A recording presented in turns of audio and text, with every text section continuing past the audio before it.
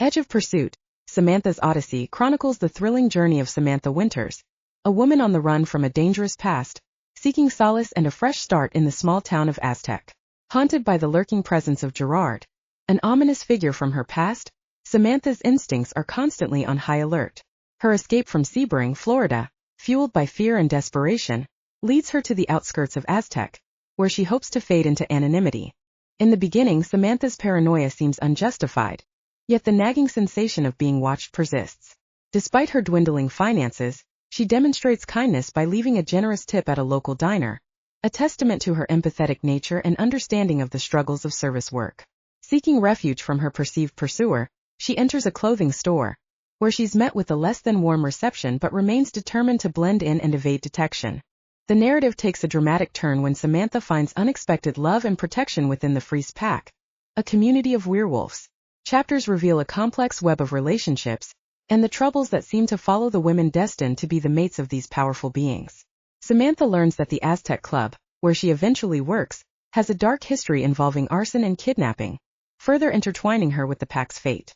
Intimate scenes depict the intense bond and passion between Samantha and her three werewolf mates, Justin, Roan and Chet, highlighting the emotional depth and the physical intimacy that develops between them.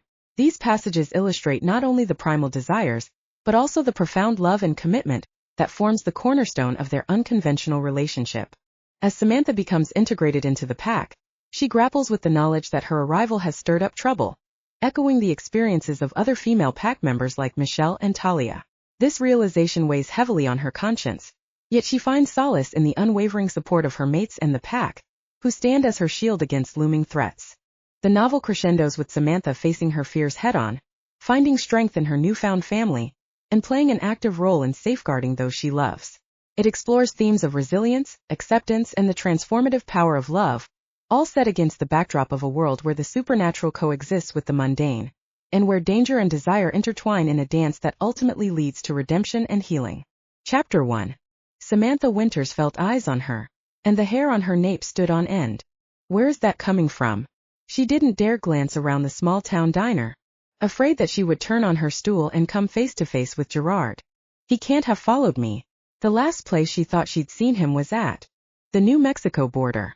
Filling her rusted-out bomb with gas that she could barely afford, she thought she saw the shifty bastard on the other side of the pumps. Even as she told herself she was just being paranoid, she'd ripped out of that station so fast she was surprised she hadn't melted the asphalt behind her. Not until arriving at the outskirts of Aztec did she let her foot up off the gas. Now she wasn't so sure she'd just been succumbing to paranoia. The sensation at the back of her neck wasn't going away. She finished her coffee and left money on the counter for the bill. She hesitated for a moment as she sifted through her last remaining dollars, but in the end she left the tip the waitress deserved. Having waited tables herself, she knew how much tips mattered, and at this point it didn't matter how much Samantha tried to hoard her pennies. She was going to be out of cash soon. As she left the diner, her eyes took note of the shops lining the main street of Aztec, but she was also aware of the people around her as they went about their business. She still couldn't shake the feeling of being watched. She had thought she was safe here, so far away from her hometown of Sebring, Florida. She decided to step into a store. If anyone was following her, maybe she could give them the slip. Glancing up, she saw a doorway and beyond it racks of clothes. She darted inside without a second thought. The sales clerk gave her a slightly cool welcome accompanied by a dubious once-over. Samantha wasn't wearing anything half as fancy as these clothes, but she gave the clerk a smile and went to the rack near the front windows. While her hands sifted through the clothes on the rack, her eyes watched the pavement through the window. Beyond the well-dressed mannequin, pedestrians passed in both directions, but she saw no one suspicious. Being on the road for so long was getting to her. Between her weariness and the financial strain of being on the run, she wondered if maybe she ought to hang out in Aztec for a little while. All she really needed was to find a job. Samantha warmed to the idea. Maybe she could even work here. Her gaze went to the jacket she'd been pretending to examine. I can see myself wearing something like this. Then she flipped over the price tag. She let go of the jacket like it had burned her. Hazarding a glance over her shoulder, she found the sales clerk watching her through narrowed eyes. Samantha felt her cheeks burn. Squeaking a thank you to The clerk, she went back outside. The prickling on her neck had relented inside the store, but now it was back. Feeling more unnerved than ever, she stood on the sidewalk and tried to figure out who was giving her that feeling. Kids walking home from school? No. Mailman? No. Samantha looked directly to her right and froze. Gorgeous guy standing by a tree? About 20 feet down the sidewalk, a very tall man wearing a black t-shirt was fiddling with his cell. At least he was now. Samantha was almost certain that a moment before she'd set her eyes on him, he'd been watching her. She put her back to him and made for her motel, hurrying down the street to the room she had booked a couple of hours ago. She knew she wouldn't feel safe again until she was behind a closed, locked door. But the feeling she was getting now wasn't exactly fear. She wanted to look over her shoulder and see the tall guy again. The idea that he might be following her should have been scary, but she found it strangely comforting. Girl, you're losing your mind. The last thing she needed right now was anyone following her, tall and good-looking or not. Back in her room, she crept to the curtain-covered window and peered out into the parking lot of the motel but couldn't see anything. Sighing, she moved over to the bed and sat down. That moment of feeling watched and protected had fled. Now she just felt watched and scared again. God, what am I going to do now? I have only a few dollars left and am down to the last quarter tank of gas. Sam spied the local paper on the coffee table in the room and picked it up. She flicked the pages open until she found the employment section and started to peruse the classifieds. There wasn't much in the paper she was capable of doing, since she only had supermarket, waitressing and bartending experience. But she was determined to find something before the day was out. She had to. Otherwise she would have to take to living in her car and going hungry. A giggle of hysteria rose in her chest and burst out from between her lips. Sliding sideways on the small sofa she was seated on, she curled into a ball and clutched her knees to her chest until the laughter gave way to great, racking sobs. Her life was a mess, she was a mess, and she had no one to turn to for help. His wolf howled and then shivered beneath his skin, then butted against him, trying to get out. The beast wanted total reign over him as he scented the woman he had been waiting for since he knew what a mate was. He inhaled deeply as a tantalizing scent assailed his nostrils when he stepped outside of the Aztec Club after finishing his shift behind the bar. Never had Roan smelled such an intoxicating aroma, and he grinned as the image of a cartoon character floating in the air as he followed a scent trail flashed through his mind. He wanted to wrap himself in that perfume, roll around and drench his wolf body in it until his wolf was satisfied, but of course he couldn't. For one, he didn't want anyone beside his pack members knowing he was a werewolf, and two, he would definitely cause a stir amongst the human citizens of Aztec, New Mexico, if he stripped down to his bare skin and ended up arrested for indecent exposure in the middle of town. Drawing the aroma into his nose and filling his lungs with the essence, he turned to follow that amazing fragrance. He couldn't even begin to describe how that scent made him feel. His heartbeat picked up and his breathing escalated. Goosebumps rose up on his skin, the hair on his body standing up alertly, but not because of any danger. It was like his whole body was being drawn toward the perfume, like a magnet, and he had no desire to resist that call. The sweet bouquet led Roan to the small diner, and he entered with heartfelt purpose. He scanned the interior, calling on his inner beast to find his quarry but being careful not to reveal his animal. The last thing he wanted was for someone to notice his eyes changing from their usual brown color to a glowing gold. He found her sitting at the long counter drinking coffee and was blown away at first sight. She was absolutely gorgeous. With long brown hair and smooth white creamy skin, she was petite and small in stature, but she had curves in all the right places. He could only see a partial profile, but from what he could see of her lips, oh man, he had to stop himself from going up to her and tasting those full, lush, and naturally red Cupid bows. Stalking toward the empty stool beside her, he took a seat, and even though he wanted to turn and stare at her, to take in her features until he had every minute detail burned into his brain, he restrained himself. Not wanting to scare her off with his intensity, Roan ordered a coffee and was only vaguely aware of the elderly waitress leaving to get his drink. Keeping his head facing straight ahead, he surreptitiously watched her out of the corner of his eye from beneath slightly lowered lashes. He wanted to know everything about her, where she came from, what her name Was what her favorite color was, if she was staying in Aztec, and if so, for how long. He wanted to breathe her in and keep her by his side until he was permanently etched into her heart, body, and soul. He wanted to pick her up and take her back to the den and then bury himself in that small, lush body until neither of them could walk. But he knew if he told her what he was feeling, she would likely run screaming from him with horror or look at him like he was delusional. Humans sometimes had a hard time with the idea of being mated to 3 men, let alone werewolves. He followed after a few minutes and kept her in his sights. Hiding behind a thick tree trunk, he studied her intently. She ducked into a store, then reappeared moments later. She hesitated on the sidewalk. His mate looked so upset. Had that sales clerk given her shit? So Roan would give her a piece of his mind.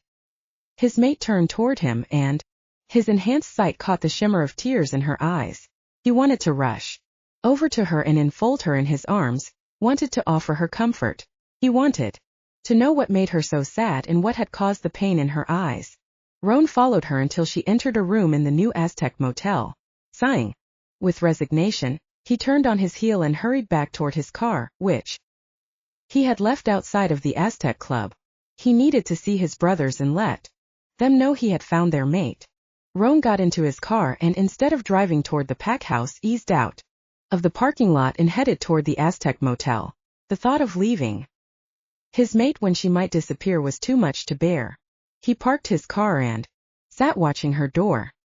Heaving another sigh, he knew he couldn't delay any longer. He was going to need his brother's help if they were going to have a chance with their mate. Chet, Justin, I have found our mate, Roan said through their personal mind link. She's holed up in the Aztec motel, where I'm currently sitting in my car. How do you know for sure she's our mate? Asked Chet. You wouldn't ask me that if you'd smelled her scent or had to control your beast from trying to claim her. What does she look like? Justin inquired. Oh man, she's beautiful. She has long brown hair, the sweetest brown eyes, and curves just begging to be caressed. From what I could tell, her ass is a ripe peach just begging to have a bite taken out of it, and even though she's not very tall, boy does she had a set of legs on her. Do you know where she's from? Chet asked. No, I didn't get a chance to talk to her. I found her in the diner and she left a minute after I arrived. I followed her to the motel. Shit, Roan, what if she's only stopped for the night? How the hell are we going to get her to stay? Justin queried. I don't know. I haven't worked that out yet. It's a pity she didn't take a room at the club. We could have watched her from there. You can't stay in the motel parking lot all night. You'll cause suspicion, Chet speculated. What the hell do you want me to do? I'm not leaving. She could check out at any time. We'll figure that out if it happens, Justin replied. Once we get there, we can form a plan. Good. So how long before you get here? We're already on our way. We should be there in 20 minutes. Did you inform the alphas? And don't forget to bring me some clothes. Already taken care of. Roan figured his brothers must have begun preparations as soon as he told them about their mate. The 3 of them had all been restless since the alphas of Freeze Pack had found their mate. And then one after the other, the betas, the second layer of pack hierarchy, had found their mates as well. As he watched their cousins, the Domain brothers, and both sets of Freeze brothers find their mates, Roan had felt divided between happiness and envy. It was so hard watching his family claim the one true female meant for them, since he and his brothers were still waiting for their own mate. The yearning to have the love of his life in his arms had been there for a long time, but as each of his family members found their own woman, it had made him realize how lonely he truly was. One night he had heard his pack leaders and beta cousins talking about the way their werewolf powers had been enhanced once they had claimed their mates. Seemed their already augmented hearing, sight, strength, and speed increased even further, but he couldn't fathom such a thing. Being werewolves, he and the members of the pack already had phenomenal strength compared to the average human male. Roan and his brothers would experience the same increase in strength if they persuaded their woman to mate with them, but there was a long way to go before he could imagine that happening. The powers were a bonus, but they weren't the real reason Roan longed to go into her room and pull her into his arms, to wrap her in his love and protection. He and his brothers wanted to have a woman in their lives to love and nurture. to fill the empty places in their hearts only a mate ever could. Roan sat up straight in his seat when the door to his woman's room opened. There she was. God, she was beautiful. The setting sun shone down on her head as she walked toward the reception office of the motel, and he could see red and blonde strands of hair highlighted throughout her tresses as the ends caressed the top of her ass, taking a deep breath to control his raging libido and his persistent wolf, who was once again pushing at him to make a claim. He shifted in his seat and got out of his truck. As soon as he stepped into the office, her scent wrapped around him once more, taking his breath away. He sidled up to her and listened as she conversed with the elderly woman behind the counter. She was asking about employment. Joy filled his heart because if she found work, that meant she was going to be staying in Aztec at least for a while. No, I'm sorry. I don't have any positions available right now, the elderly woman replied. Well, thanks anyway, his mate said. Roan couldn't let such an opportunity pass him by, so when she began to turn to head out, he quickly sidestepped, and she bumped right into him. Oh, sorry, I didn't see you standing there, she apologized. Fuck. Her voice had a low, husky cadence which immediately put his mind in the gutter. He wondered if it would go lower when she was aroused or on the verge of climax. And her eyes were what he thought would be called bedroom eyes. Her lids looked like they were half closed, the dark sooty lashes giving her a sensual appeal, and her irises were a deep soulful brown. No problem, he rasped. I couldn't help overhearing that you're looking for work. I have a job you may be interested in. Oh. My name is Roan Domain, and I work at the Aztec Club down the street. We have need for a wait person if you're interested. Room and board are provided in the package, he stated, extending his hand to her. She took his proffered hand, and he saw those sexy eyelids flicker up. Her eyes seemed to light from within, and her pupils dilated slightly, tugging her hand away from him as if he'd burned her. She licked her lips nervously, drawing his gaze to her mouth, and took a quick step back. Oh yeah, she'd felt it too. That little zing of electricity which had passed between them. His nostrils flared as his wolf picked up her scent of arousal and began butting at him from inside. Samantha Winters, but call me Sam, she stated in a deep, husky voice which grabbed hold of his cock, making it pulse against his zipper. Why don't we go on over to the club and get some dinner? We can talk about the particulars and you can ask what you want to know, Roan suggested. Sure. Change of plans, guys. I've just made contact and offered her a job at the club. She's coming to have dinner there with me to talk over the particulars. Roan explained. We're nearly there. We were just about to pass by, Chet replied. We'll grab our usual table. She's nervous, so take it easy on her, Justin, Roan commanded. I'm not stupid, Roan. I'm not going to boss her around. Yeah, well, that might be easier said than done, bro. Once she's near, your wolf is gonna want to take over.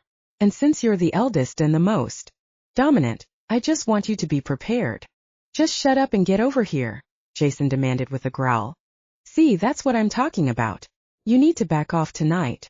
Yeah. Roan stepped up closer to Sam and took her elbow in his hand. She had to tilt her head back to look up at him, and he could see the apprehension in her gaze when her eyes connected with his. Come on, Samantha. Let's go get some food, Roan said and guided her out to his truck. Opening the passenger door, he noticed her eyeing the high step. Not giving her a chance to protest, he clasped her waist and lifted her onto the seat. Thanks, she said in a higher-pitched voice. You're welcome.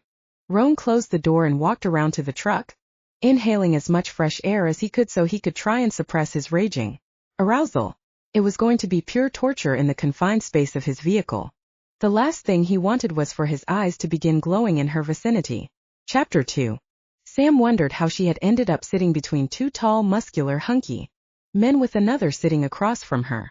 Roan had led her to a booth in the back of the club and introduced her to his brothers Justin and Chet. Even though she was wary of them, she felt drawn to these men as well. When she had shaken both their hands, the zap of electricity she had felt with their brother had coursed through her body. Again, she had tried to withdraw from them and kept her voice cool, hoping they didn't realize how they all affected her. But she was having a hard time hiding her arousal, and the sexual tension was so thick she could have cut it with a knife. No matter how sexy the three of them were, though, she doubted she would even have given Roan the time of day if she hadn't been so desperate for a job. She was over men and the way they treated women, and she'd had enough of the opposite sex to last her a lifetime. But these three men kept drawing her eyes back to them again and again.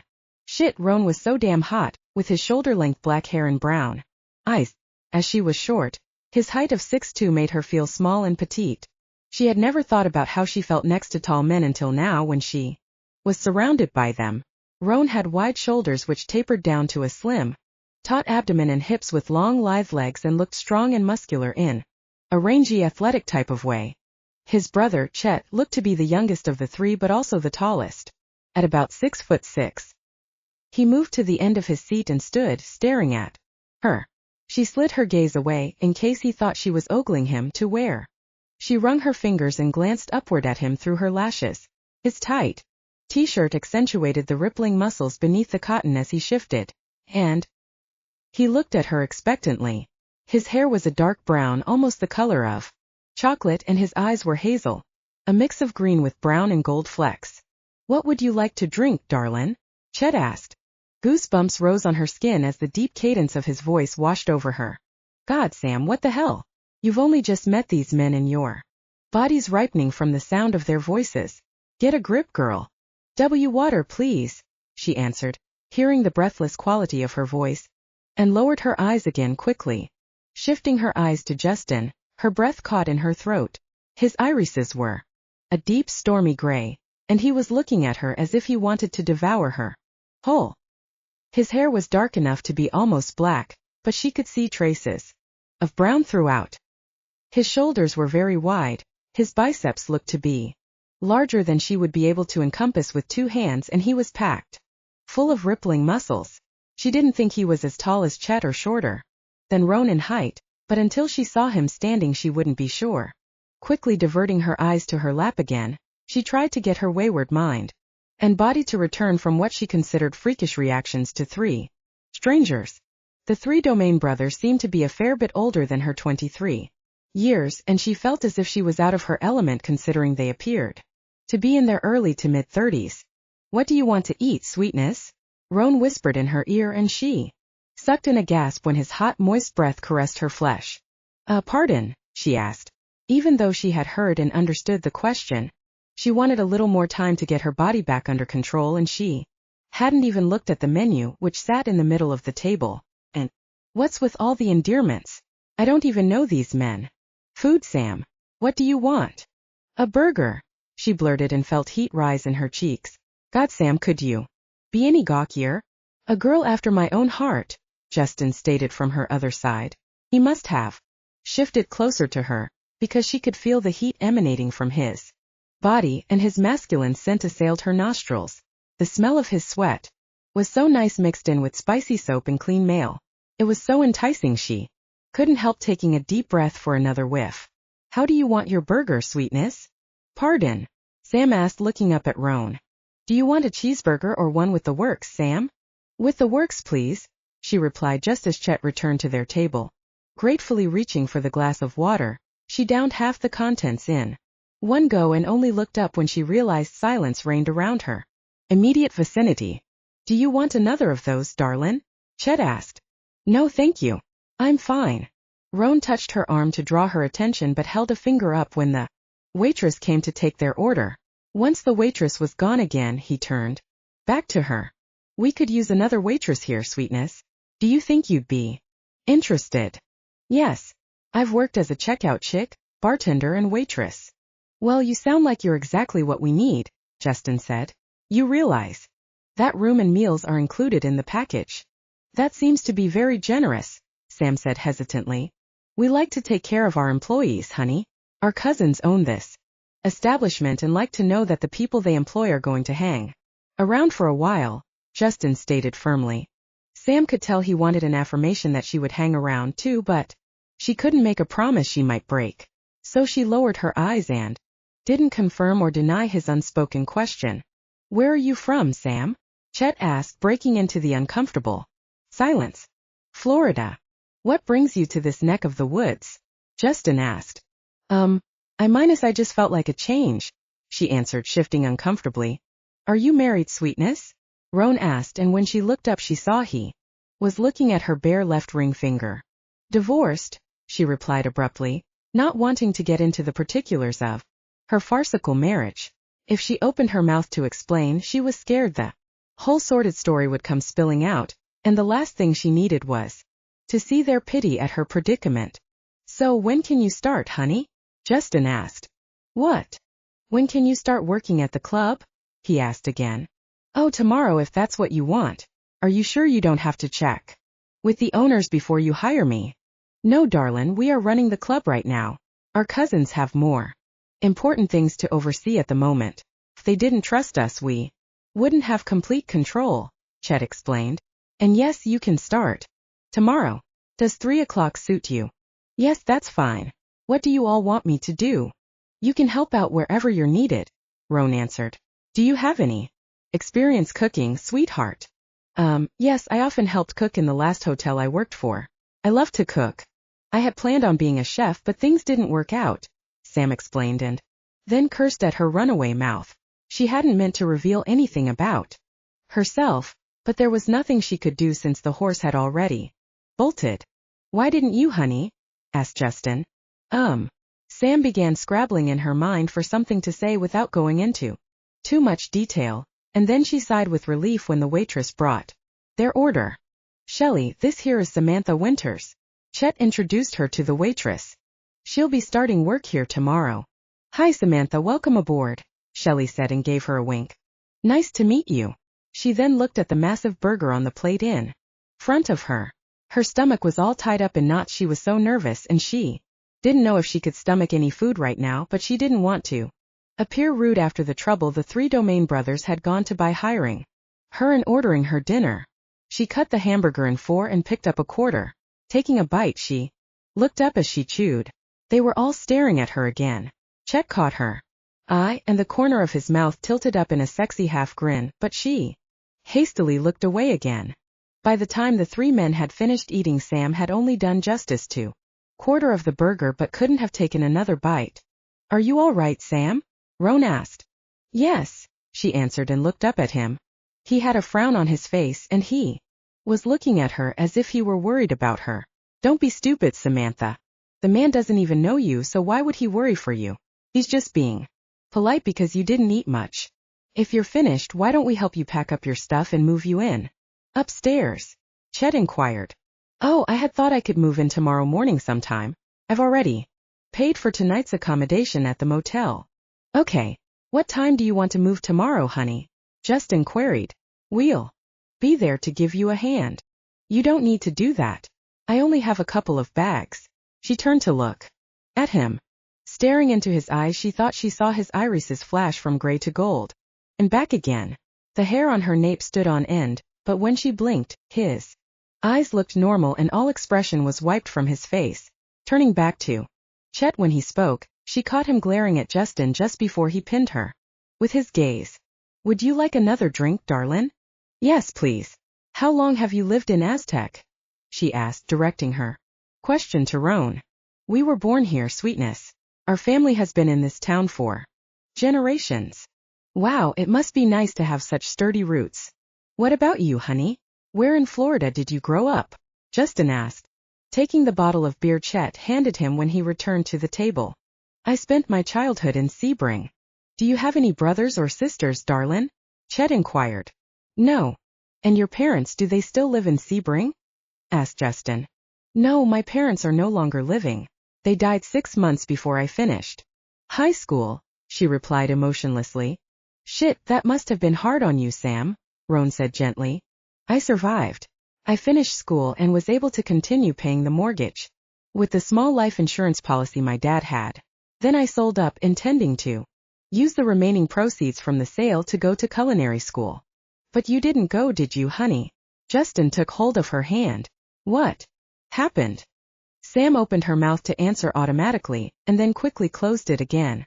She didn't want them to know how gullible she had been, but the urge to blurt out what a mess her life was in was nearly tangible. How long had it been since she had someone to Chapter 3. Justin knew she was leaving out a huge amount of information. He wanted to ask her so many questions to find out why she looked so sad, lonely, and scared. But he didn't want to frighten her off. She hadn't stopped fidgeting and squirming since she sat down, and she'd hardly touched her food. In his opinion, she could definitely do with another few pounds on her slim frame, but he didn't have the right to make sure she was eating properly, at least not yet. Roan had been right. Samantha Winters was their mate, and he intended to do anything he could to keep her in Aztec and woo her into their beds. She was such a timid little thing, but man was she a looker. He had already figured out she had a submissive nature and couldn't wait to test her mettle. Everyone had a limit, and he wondered how far he could push before she reached hers. Nearly every time she met his gaze, her eyes skittered away and looked down. She had avoided looking at his brothers too much too, but underlying all that nervous energy he could smell her arousal. He'd caught her giving them all the once over and hoped she liked what she saw, because he definitely did. "Could you let me out, please?" she asked Roan. "You haven't finished your drink yet, sweetness." He indicated her untouched soda. "I need the ladies' room," she replied haughtily. And just like that, some of her true nature shone through. Justin smiled over her head at Roan and then Chet. He could see their eyes twinkling with amusement too, and knew that they liked that she had some backbone at least. When she was on her way to the bathroom, Roan slid back into the booth. "Well, what did I tell you? She's our mate, isn't she?" "Yes, she's ours," Justin growled possessively. "Fuck, Justin. You're going to have to watch it." Your eyes began to change. "And Sam noticed," Chet said. "Yeah, I know. Sorry, but fuck, she's such a submissive little thing. She brings the beast out in me. I don't think she's as passive as she makes out." "She told you just a minute ago," Chet said, pointing at Roan. "Yeah." He sighed wistfully. Who would have thought such a husky voice could sound so cool? "So what do you think her story is?" "I don't know, but she's scared of something." "Do you think she's running from her ex?" Chet queried. "Could be, but we won't know for sure until she opens up with us." "She's not going to do that yet. She's so fucking skittish she can't sit still," Chet explained. "Yeah, and every time she moves my wolf gets a whiff of that sweet pussy cream," Roan groaned. "I can't wait to get between those slender thighs. I could feast on that sweet little cunt for hours," Chet rasped. "She's taking too long," Justin interrupted. "She should have been back by now." "Fuck. You don't think she's made a run for it, do you?" Chet rose to his feet. "No," Justin sniffed the air. "She's in the back corridor and she's scared." "Move." Justin, Roan, and Chet hurried through the tables and people until they were at the entrance to the dimly lit corridor which led to the restrooms. A rumbling growl started low in Justin's chest, and the hair on his nape stood on end. Their mate was currently trying to push through two human males as they caged her against the wall. Justin didn't even realize that he'd moved until his hand wrapped around the nape of one man as he heard Samantha asking to be released. "The lady asked you to let her go. Didn't your mama teach you any manners?" "Hey, who the fuck do you think you are? Back off, man." Justin turned his back towards Sam so she wouldn't see his face and let the bastard see the full force of his angry wolf. He bared his teeth and let his eyes change from their normal gray to golden fury. "What the fuck? Hey, sorry man, I didn't know she was with you." The idiot whined. "It doesn't matter whether she is or not. You shouldn't be treating her that way. Women are to be looked after, not accosted or abused." Justin spat out. "Leave and don't come back. If I catch you or your friend anywhere near this town again, there'll be trouble." "Sure, whatever you say. We were just leaving." Justin watched the two men until he saw them leave the club and then turned back to face Samantha. She was currently sandwiched between Roan and Chet, her head hiding against Chet's chest. "Are you okay, honey? Did they hurt you?" Justin asked. "No," came her muffled reply, and then she lifted her head. Her cheeks were pale, her pupils were dilated, and he could see the slight tremors racking her small frame. "They didn't hurt me. They were just out to start trouble. Thanks for coming to my rescue." Justin was about to pull her out of his brother's arms and into his own, but she buried her face again and he heard her sniffle. Shit. She was crying. Those two fuckers had really scared her. He frowned over her reaction. He could understand her being nervous and angry, but Samantha was terrified. "What the hell is going on?" "I don't know, bro, but she's shaking like a leaf," Chet replied. "Sure, it's okay, sweetness. They're gone now.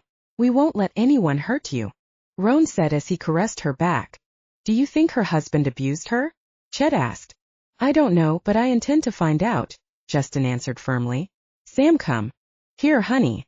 She peeked up at him, and when he saw tears sparkling on her lashes and the wet trail down her cheeks, he wanted to track those two pricks and rip out their throats. Taking a deep breath to control his anger, which he knew was an overreaction to her fear, he pushed those thoughts aside. Moving slowly so as not to startle her, he took hold of her hand and pulled her into his side. Wrapping an arm around her shoulders, he led her to the doorway halfway down the hall, opened the door, and stepped into the office. Roan and Chet followed and closed the door behind them. He walked her over to the couch, sat down, and pulled her onto his thighs. Expecting her to make a fuss and push away from him, he was surprised when she turned her head and hid her face between his pecs. God, she felt so right on his lap and in his arms. I can understand you being afraid of strange men coming onto you, honey, but why were you so scared? What's going on, Sam? I don't want to talk about it, she replied, her forehead still nestled into his chest. Sweetness, we only want to help you. Are you in trouble, Sam? Roan asked as he sat down beside them. I don't know. What do you mean by that, darlin'? Chet inquired from his position, leaning against the desk across the room. She didn't answer this time, just gave a shrug of her shoulders. Justin had enough of her trying to hide from them, so he placed an arm beneath her knees and a hand between her shoulder blades to keep her steady and shifted her around on his lap. When he had her back cradled in the crook of his arm, he took her chin between his index finger and thumb, turning her head so her eyes met his. Answer the question, Sam. Are you or are you not in trouble? He demanded to. No. I was, but I ran. She tried to pull her chin from his hand, letting her go. He placed his hand around her throat, holding her lightly, caressing her soft, silky skin with his thumb. Hearing her breath hitch in her chest, he let go. Immediately. The last thing he wanted was to have her scared of him. Tell me, Justin commanded.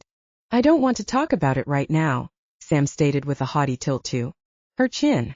Justin's wolf pushed against him, wanting to make her submit to him because of her little action of aggression and defiance. He inhaled through his nose and knew instantly that was a mistake. Her sweet scent wrapped around him, making his wolf howl inside, begging him to claim her. She smelled of oranges, peaches, and feminine arousal. He closed his eyes both to regain dominance over his inner beast and to hide his irises in case they began to glow gold. He pushed back hard against his wolf. When he felt it was once again safe, he opened his eyes to look down at her. All right, I'll leave it be for now, but don't think you can hide from us too long, honey. I will get the answers I want. Samantha pushed off his lap, and he reluctantly let her go. Standing before them, her head lowered, she wrung her hands together, but when she lifted her head there was fire buried in the depths of her eyes. I really should be going now. Thank you for the job and dinner, she said, edging toward the door. I'll drive you back, sweetheart. Roan stood and moved toward her. Oh, you don't have to do that. It's not too far to walk, and I don't want to be a bother. Do you honestly think we are going to let you walk back to the motel alone? In the dark after what just happened? You aren't a bother, honey. Let Roan drive you back, Justin stated firmly. Expressions flittered across her face. First there was nervousness, anger, then fear, and finally relieved resignation. Okay, thank you again. It was nice meeting you all, she said quietly and opened the door. She left without a backward glance, Roan following behind her. Do you want me to get Chris, Blake, and James to run a check on her? Chet asked. Justin pondered whether his aforementioned cousins, who happened to be the heads of security of the Freeze Pack, should look into Samantha's background. Even though the thought was tempting, he really wanted to give her the chance to open up to them on her own. No, not yet. Let's give her some time to get used to us first. Yes, she's submissive to a point and running scared from something, but she also trusts us. Give her a little more time and I think she'll trust us even more. Why do you think she trusts us? Because she didn't try to leave even though she was nervous, and she didn't try to push us away when we protected her. She snuggled into Roan as if she had known him for years, even when she was scared of those two idiots. And she didn't protest when I pulled her onto my lap. You may be right. We'll ease her into wanting to be around us, and then, God willing, she'll want to mate with us when the time is right. Fuck. How do you think she's going to react when she finds out we're werewolves? That's the million-dollar question, isn't it? Justin smiled wryly as he stared at the door she'd left through only minutes earlier. He watched from behind the dark windows of his car and felt anger building up inside him. He snarled aloud. The man leading her to the motel room was holding her elbow as if he had the right to be possessive. He recalled everything her weasel of a husband had told him about her. How she loved to be tied down and helpless during sex. The way she loved to be smacked around and got off when beaten during copulation turned him on more than anyone else ever had. He didn't think he could be seen, but he felt uneasy when those eyes didn't waver away from his. Deciding caution was the better part of valor, he started his car and pulled out of the parking lot, looking back in the rearview mirror. Just before he was out of view, his gaze connected with the man's once more. He was going to have to be very careful to avoid that man. He didn't like the feeling of being prey one little bit. Chapter 4. Roan felt his hackles rise and heard a growl of anger coming from a car hidden in the shadows of the parking lot. He turned toward the sound and, using his wolf vision, pinned the man in the vehicle with his gaze. The bastard looked to be watching Samantha, and Roan could feel the fury rolling off him in waves. When the car started and peeled out of the parking lot, Roan knew his assumption had been correct. Whoever that man was, he had been watching his mate and had thought he was safe until Roan heard and spotted him. His mate had someone trailing her. The desire to know she was safe and protected clawed at his insides with possessiveness. There was no way he was leaving her alone when she could be in danger. You need to pack a bag, sweetness. It's not safe for you here. I want you to come back to our family home where we can protect you, Roan stated firmly. What? What are you talking about? The car that just left was occupied by a man, and he was watching you. Think it would be better for you to stay with us. I don't think that's such a good idea. Besides, how the hell could you see who was in the car? The windows were tinted, and it's as black as sin out tonight. I have excellent vision, Sam. Be a good girl and pack your bags. Whoever you're running from has found you. Roan saw her shiver and knew he had finally succeeded in making her think about her own safety. I could just move to the club, she asked more than stated, but he could hear the fear in her voice and wanted to protect her more than anything else right now. Well, you could, but there is no one else currently renting the rooms. Stairs. I wouldn't feel right leaving you there by yourself. Anyone could break in and hurt you if that was their intention. We have our own suite of rooms in the house we share with our family, and you could bunk down in the spare room as long as you like. I'm really not sure I should. Sweetheart, I'm not sure you understand the situation. Whoever that was watching you wasn't just out to enjoy the night air. Now you have 3 choices. 1, you can pack your things and come back home with us. 2, I can stay here with you, or 3, I can summon Justin, and believe me, he won't give you a choice. So what's it to be, Sam? She was nibbling on her lip and looking anywhere but at him. He could see the uncertainty in her face and the frown between her eyes. A need to reach out, to pull her into his arms and soothe that lip with his tongue before he plundered her mouth, grabbed him by the balls, clenching his teeth and fisting. His hands didn't help one little bit. Are you sure you have a spare room? And who do you all live with? What if they don't want me in your house? First off, you will be welcomed by everyone. We have a large family, Sam. Lots of cousins and such. Since we have all worked together to combine an entrepreneurial empire, we decided that living in the same house was the best option. Some of my cousins are into the security business. Others look after properties we've acquired, and others, such as ourselves, work wherever we're needed. You'll be able to meet all of my relatives, but also the CEOs of our operation, Jonah, Mikhail, and Brock Fries, along with their wife, Michelle. Their wife? What do you mean by that? Sam asked as she finally unlocked and pushed open the door to her room. Just what I said, sweetheart. Their wife. Our family is a little unconventional, Roan explained, and the phrase understatement of the century drifted through his thoughts. The men in our family tend to fall in love with the same woman, and if she is agreeable, she ends up in a relationship with them. What? She asked incredulously. Shit. Sorry, Sam, I don't mean that all the men in the family share the same woman. What I meant was that brothers seem to love the same woman. So far my cousins Jonah, Mikhail, and Brock Fries are married to Michelle. Greg, Jake, and Devin Domain are married to Kira, and Chris, Blake, and James Freese are married to Talia. But how is that even possible? Last I heard, polygamy was against the law. Sam exclaimed. It is, sweetheart. The woman marries the eldest male but is committed to the other men in her heart, Roan explained. Oh boy, when you said your family was a little unconventional, I had no idea. How much? You still don't, sweetheart.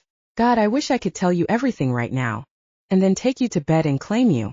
I want to see those sweet eyes glazed over with passion and to taste those sinful lips of yours. Roan cleared his throat and pushed his thoughts aside. Thinking like that only seemed to rile his wolf, and that was the last thing he needed right now. You still haven't told me what you've decided, Sam. What's it going to be? Sweetheart, do I stay here with you or at the club, or are you going to come home with us? Once again Sam nibbled on her lip. Expressions flittered across her face as she tried to decide. Her face was very expressive, and he watched as first nervous apprehension skated over her features, then outright fear, and finally acquiescence. He held his breath, hardly daring to hope her decision was going to be what he wanted, but no matter what she said, he wasn't about to leave her side. I'll take you up on the offer of your spare room, but if we get there and I find you've lied to me, I will make you bring me back here straight away, she declared, gazing at him coolly. I promise I have not lied to you once, Sam. I wouldn't do that. Okay, but I'm sure you can understand my caution. I hardly know you. We've only just met. I know, sweetness, and if I do anything at all that you don't like, you just come right out and tell me. Okay? He asked. That goes for Justin and Chet, too. All right, she answered on a sigh.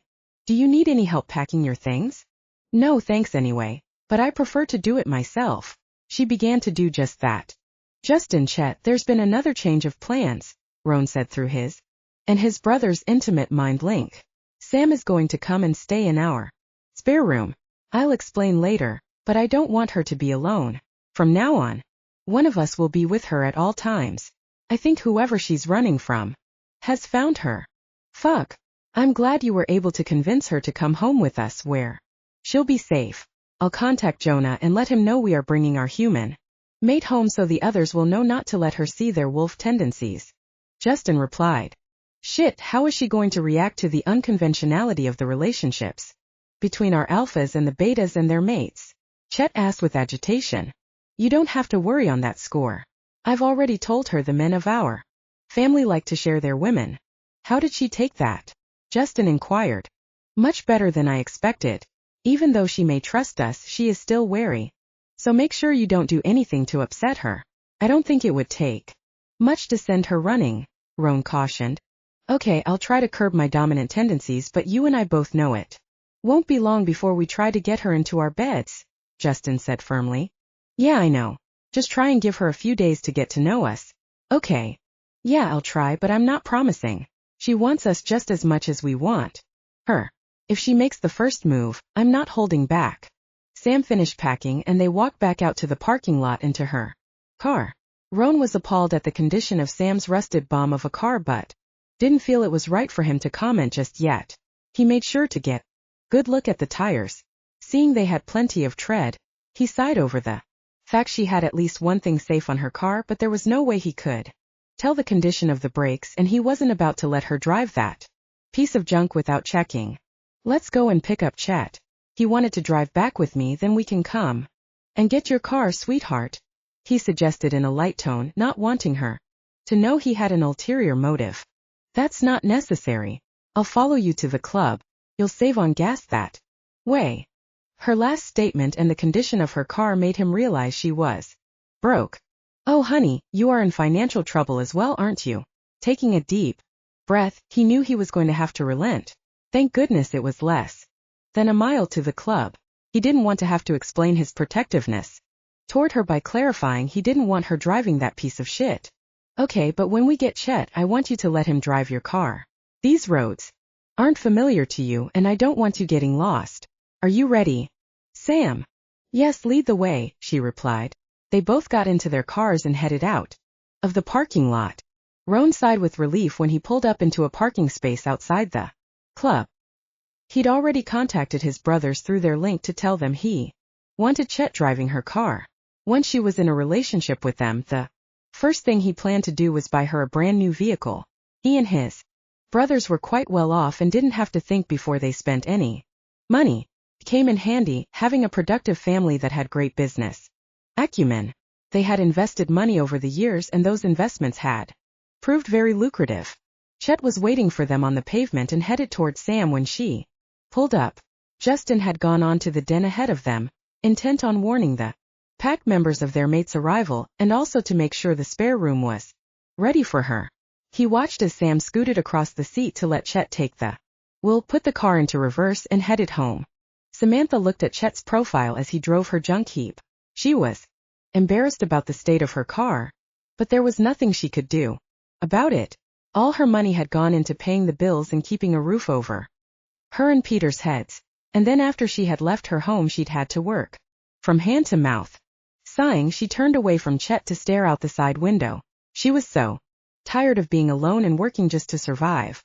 It would be so nice to have a cushion of money she could use for a rainy day, but she didn't see that happening anytime soon.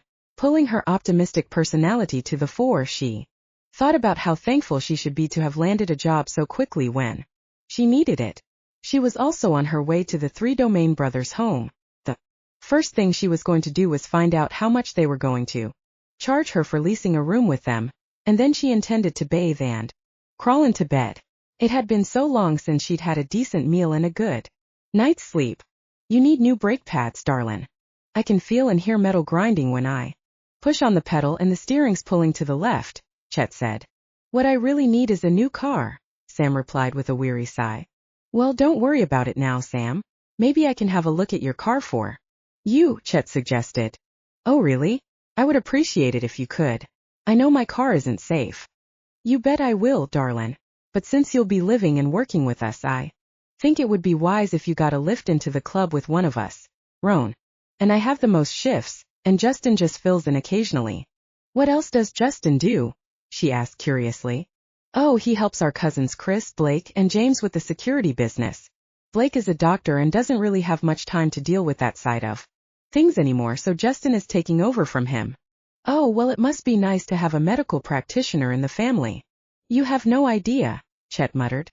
Sam didn't think she was supposed to have heard that comment and didn't know what he meant by it, so she remained silent.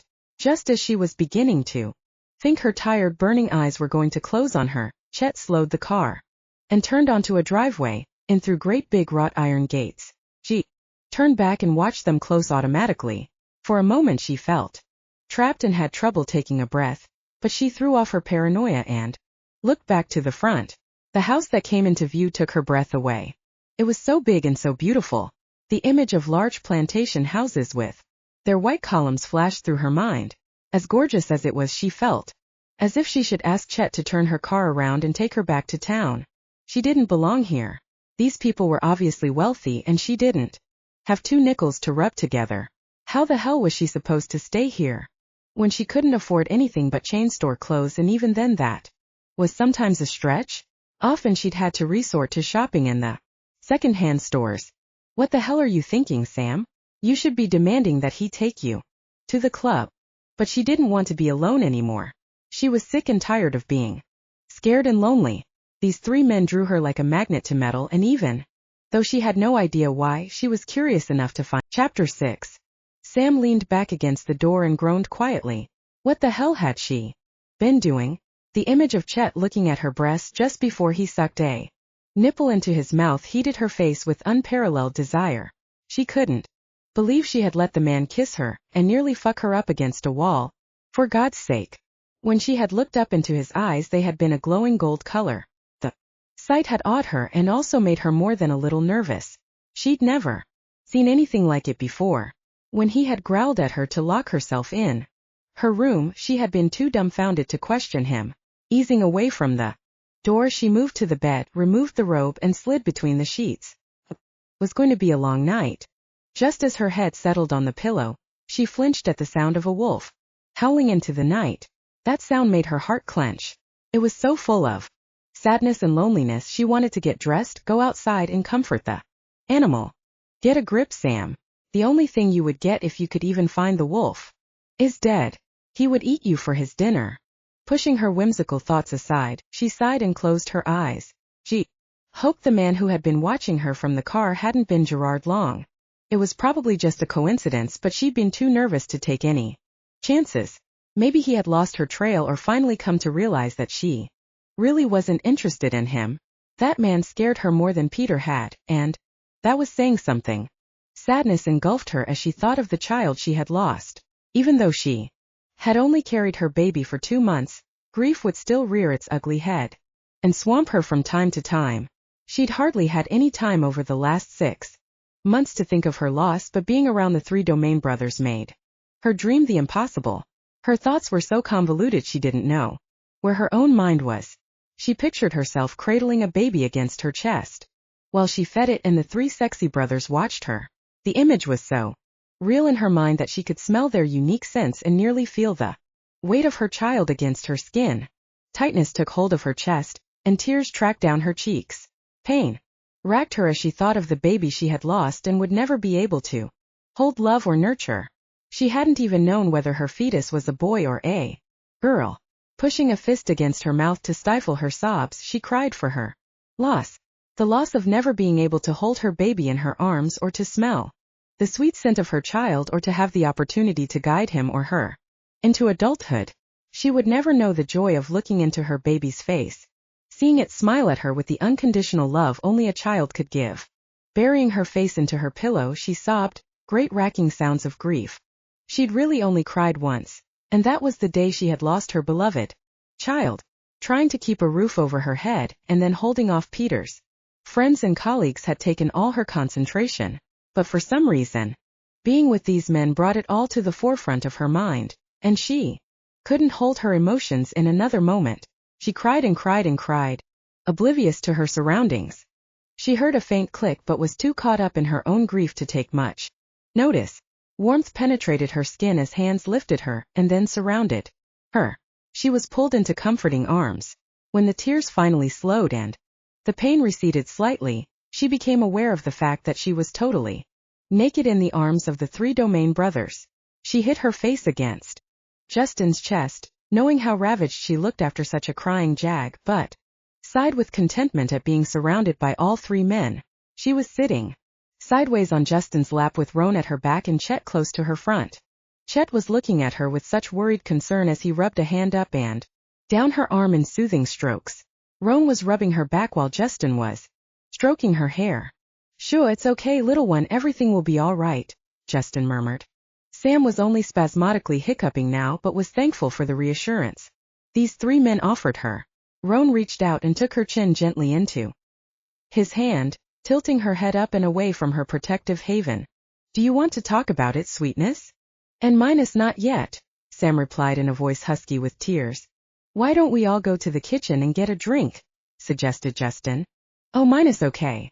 Here, let me help you with your robe, darling. Chet began to put it around her body with Roan and Justin's help. It's your robe. She inhaled his masculine scent. Yeah, but it looks so much better on you, darling. She looked up to see him smiling down at her.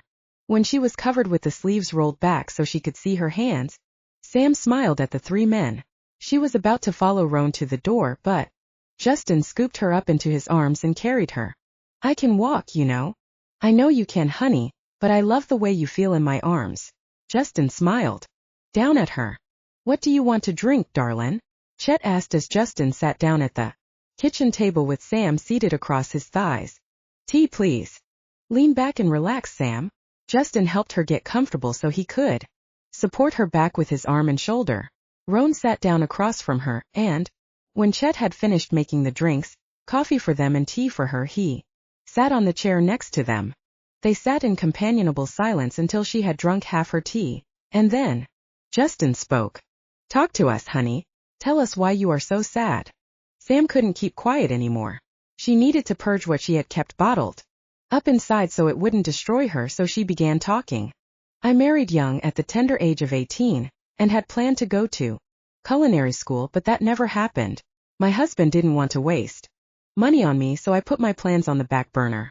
Peter Strom, my husband, had opened his own insurance business and we needed money to live until he was established, so I worked at whatever I could to pay the rent. I was so in love with him, or thought I was, that I would have done anything to support him. We were happy for the first 12 months, or seemed to be, and he worked hard trying to make a success of his business. Then he began to turn spiteful. Sam paused and finished off her tea. She looked to Roan and Chet, and they looked at her encouragingly. Go on, honey, Justin said and stroked her hair. He never had anything nice to say to or about me, and since he was 6 years older than I thought I was somehow lacking. He started picking on the way I dressed, the way I wore my hair, and the curves of my body. He used to tell me I was ugly and my boobs were too big. Little by little he chipped away at my self-esteem until I had nothing left inside but emptiness and bitterness toward the man who was supposed to love me. Peter started coming home late every night, and when I questioned him he became so furious with me I backed off and tried to soothe him instead. In the end I was glad he didn't come home until the early hours of the morning, because I had become so afraid of his mood swings and temper that I was scared he would take it out on me. She took a deep breath and fidgeted with her mug. Do you want another tea, darlin'? Roan asked. Please. She handed over her empty mug and clutched her now empty hands. Following Roan with her eyes, she continued. When he was home he would criticize everything about me, even what I cooked him for dinner. Peter's business failed. He found another job with a large insurance company, and I thought he would be happier without the worry of the business hanging over his head. What a joke. Even though he had a job, he stopped contributing to the running of the household, and I had to take on a second job just to make ends meet. One day 6 months ago he arrived home before me. I was 2 months pregnant, but I still had worked for 8 hours at the local supermarket ringing up groceries and then worked another 6 hours in a bar serving drinks. My feet and back were aching, and I was so tired I could barely keep her eyes open. Knew as soon as I opened the door that Peter was home. Feeling the thick tension in the air, I headed straight for the kitchen, trying to avoid him. Just as I finished my glass of water, I knew he was there, standing behind me. The hair at my nape stood on end. Sam paused, reached out for the mug of fresh tea Roan handed her, and sipped. Thanks, she said and took a deep breath. Her body was tense, and each of the men with her offered her comfort in some small way. Justin was still stroking her hair, and Roan reached for her free hand and enveloped it in his, while Chet sat close and rubbed her shoulder. He grabbed me by the hair and dragged me into our bedroom, causing me to cry out with pain and fear. Pushing at him to get him to release me was utterly futile and only further exacerbated his rage. He cursed me and threw me at the bed, and when I tried to scramble away from him, he pinned me in place. Then the accusations began. He accused me of having an affair, of running around behind his back, spreading my legs for every male in the city. If the notion hadn't been so ludicrous, I would have laughed. When was I supposed to have found the time or energy to go cavorting around with other men when I worked 2 jobs? And I realized after a moment I had actually asked that question out loud. Peter didn't reply. Instead he started hitting me. He cursed me for holding him back and told me he hated my guts. He was smart about his abuse. He didn't hit my face where any of the bruises could be seen. It didn't matter anyway, because I didn't leave our home for 3 days. After punching me in the stomach and chest, he packed up his belongings and then left the apartment, without a backward glance or care for my condition. Her breath hitched on a sob, and she closed her eyes for a moment to regain control. We're with you, honey. You're all right now, Justin said quietly and rubbed her back. It took me 30 minutes to make my way into the bathroom, and I stood under the warm water in the shower crying my eyes out as I lost my newly formed baby. I collapsed to the floor with such agony and grief. How long I spent sitting on the floor of the shower I have no idea.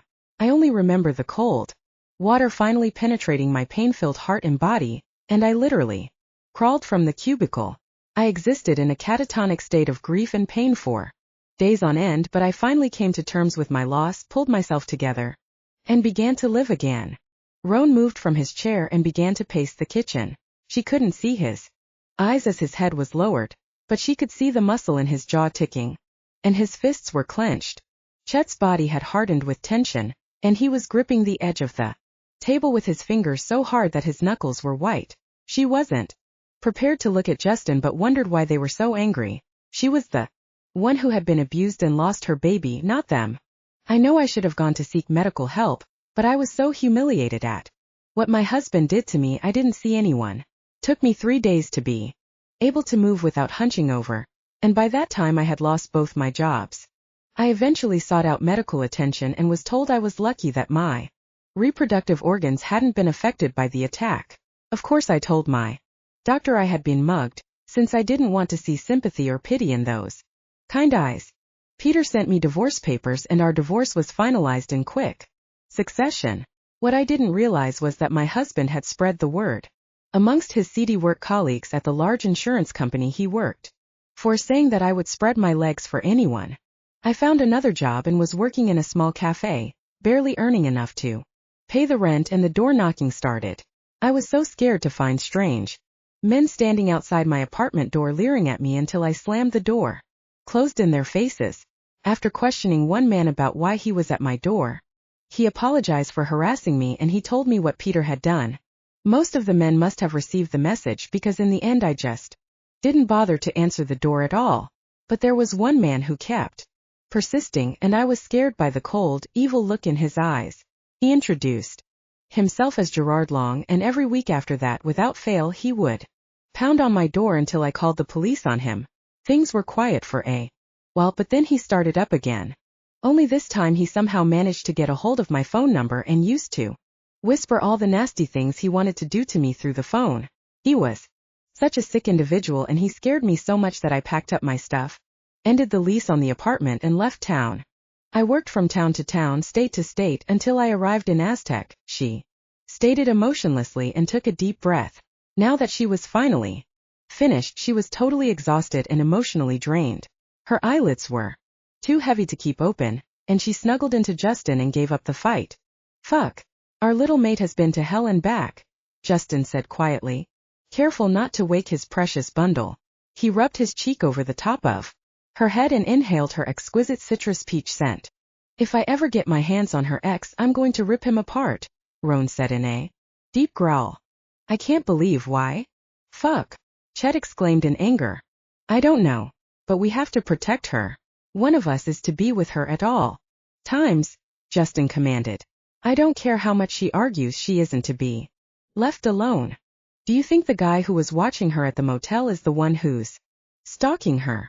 We won't know for sure until we run a check on Gerard, which we'll do first thing in the morning. For now I think we should get out Maiden to bed. She needs to rest. She's so tired she has dark smudges under her eyes. You're right. Let's take her to my room. At least with her cuddled up between us we'll know if she has nightmares or doesn't sleep through the night. Besides, I want her next to me, Justin explained as he rose to his feet and carried her to his room, careful not to jostle Sam too much and wake her.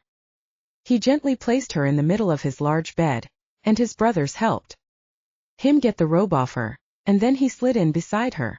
Roan got in on her other side, and Chet lay across the bottom of the mattress. Tomorrow night I get to sleep where you are, Roan, Chet said firmly. Only if Sam doesn't put up a fuss over sleeping with us, Roan replied quietly. I won't, Sam whispered and rolled over into Justin's embrace. I feel safe here. Justin smiled and looked down at Sam. She had her head resting on his shoulder, and her arm over his chest. As she slid back into sleep, her breathing deepened and evened out once more. Roan moved up close to her back until he was spooning her. Chet was probably touching one of her legs or feet.